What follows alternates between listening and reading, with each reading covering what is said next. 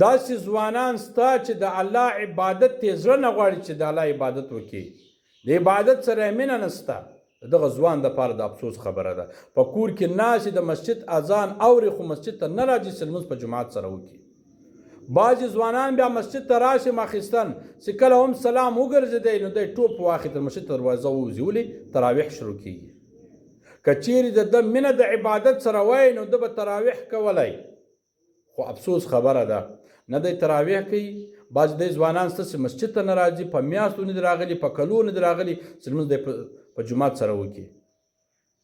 نو ای ځوانانو، دا ستاسو عبادت دا سره زر دی، نو څه وخت به ته عبادت وکړې؟ په دې وخت کې الله تا ته طاقت درکړی ده، په ولاړو لمونځ کوې، هر توری ته پیژنې، یعنې هر حرف ته پیژنې، ته لمونځ په سمه طریقې کولی سې، په سم انداز لمونځ کولی سې. چې کله ته بوډا سویلې، ته ولاړېدلی نه سې، لمونځ په ناستو کوې یا لمونځ په کرسۍ کې کوې یا مسجد ته نه سې راتلی، د سترګو د خوا څخه ضعیفه سې، د پښو د خوا څخه ضعیفه سې، د عقل د خوا څخه ضعیفه سې، بیا به ته دغه ټیم د الله عبادت کوې، دا ټیم به ته الله جل جلاله خوشحاله کوې. نو اوس وخت ستا ځوان یې، الله طاقت درکړی ده، نو د الله عبادت کوه، 5 وخته لمونځ کوه، لمونځ مه قضا کوه، او تراویح کوه، تراویح مه پرېږده. خو افسوس خبره دا ده چې پلاران تراویح نه کوي، نو زمون به څه تراویح وکړي؟ په کور کې ناسي پلار، مشر ورور یا پلار په کور کې ناسي، د ماخستن اذان اوري، خدای نه ورځي، دی دکان ته راوځي، بچیانو ته یا زنان ته دوکه ورکوي، یا بازار ته راوځي یا دکان ته راوځي، بس هلته 1 غنټه 1.5 غنټه ضایع کړي، بیا کور ته راشي لکه داسې تراویح کړي وي. الله خو دې ویني. د الله عبادت کوه، په دې روزه کې خاص کر په دې روزه کې ډېر عبادت کوه.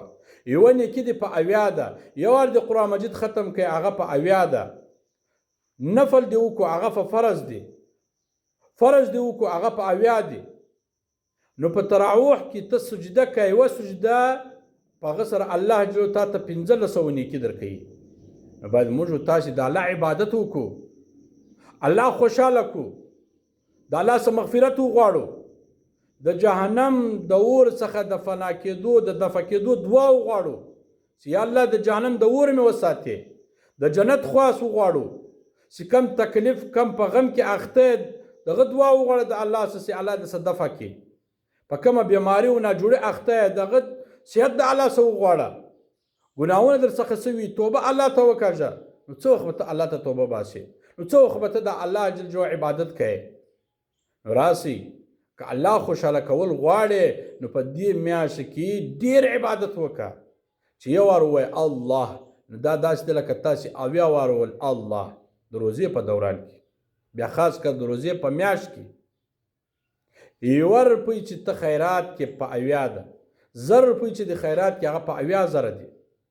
نو راسي د الله عبادت وکړو. خاص کر زه د ځوانانو ته وایم، ځوانان چې کله هم روزه یې ماته کړه نو دی راوځي په لهو لعب اخته سي، یا پر وټلانو ناسي، یا به د کرکټ په ګروند کې تراویح پرېږدي، تراویح وکړه، بیا دغه وټل نه در څخه پاته کېږي، بیا دغه د کرکټ ګروند نه در څخه پاته کېږي. تراویح په ښه انداز سره وکړه، ښه دعا د الله څخه وغواړه، مغفرت د الله څخه وغواړه، دعا وکړه. نو بیا چې کله ته راوځه بیا دغه کرکټ ګروند ته ورسه. نو ولې دا تراویح پرېږدې؟ نو ولې دا لمونځ په جومات سره نه کوې؟ نو داسې کسان ستا چې هغو کورونه او مسجد ته نږدې دي، اذان اوري، قامت اوري، خو بیا هم دونه له وسه نه کیږي چې دی د مسجد ته ورسي لمونځ په جومات سره وکړي. نو دا ځواني به څه وخت ته معلومه یې؟ دا ځواني د دې دپاره ده چې ما او تا خالي به سهار وځو، پیسې ګټو، ماښام راځو، بس نور به هېڅ نه کوو، نه به روزه نیسې، نه به تراویح کوې، نه به نفلونه کوې، نه به د الله عبادت کوې، نه به لمونځ په جماعت سره کوې. نو بیا به ته چیش کوې؟ داسې مه کوئ. ګوره په مسجد کې دې یو لمونځ په جماعت سره وکئ، کور 25 درجې د دغه د مسجد لمونځ د کور ته 25 درجو زیات ثواب لري. په کور کې یو لمونځ په کور کې وکئ، یو لمونځ په مسجد کې وکئ په جماعت سره، دغه د جماعت د جمع د یو لمونځ 25 درجې زیات ثواب لري دغه د کور تر لمانځه. نو ولې ته د لمونځ په جماعت سره نه کوې؟ نو ولې ته نه راځې چې مسجد ته راشې لمونځ په جمع سره وکړې؟ نو تراویح مه پرېږده، تراویح هم کوه، لمونځ په جماعت سره کوه.